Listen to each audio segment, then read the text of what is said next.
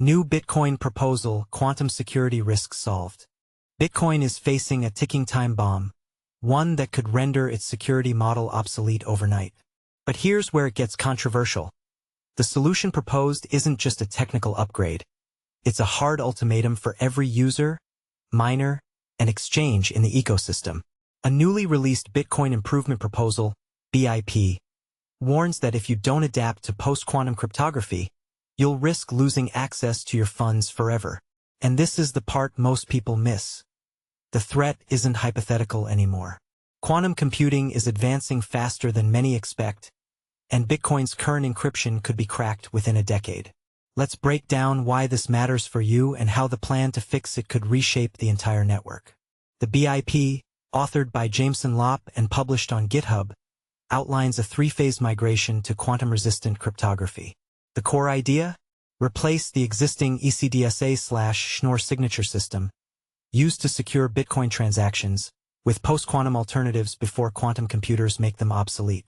But here's the catch. This isn't a soft transition. The proposal explicitly states, fail to upgrade and you will certainly lose access to your funds. That's not a warning you hear often in the crypto space. So what exactly does this mean for everyday users? Let's dive into the phases. Phase A acts as a warning shot. Starting with this proposal, sending Bitcoin to quantum-vulnerable addresses, like P2PKH or P2WPKH, will become illegal.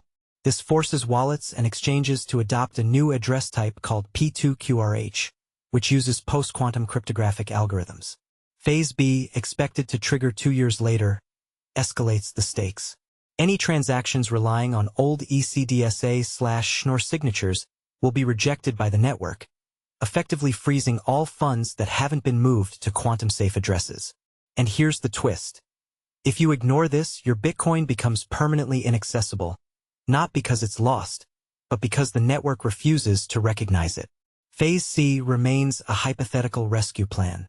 It proposes a way to recover funds using a BIP39 seed phrase, but this would require significant research and consensus.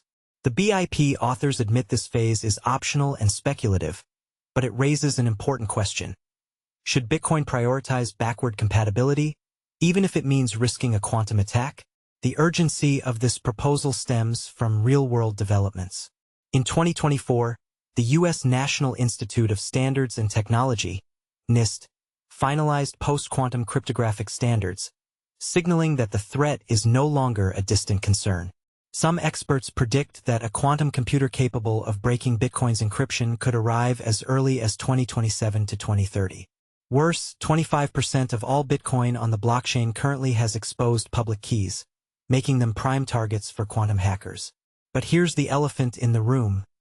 How do we balance innovation with user adoption?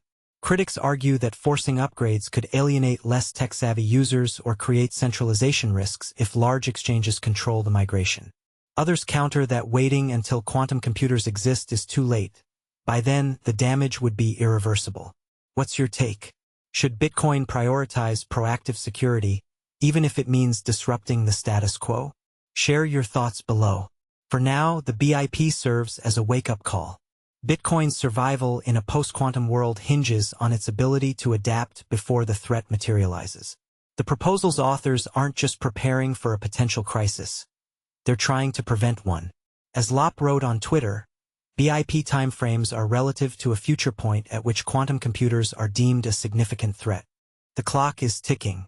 Will the Bitcoin community move fast enough?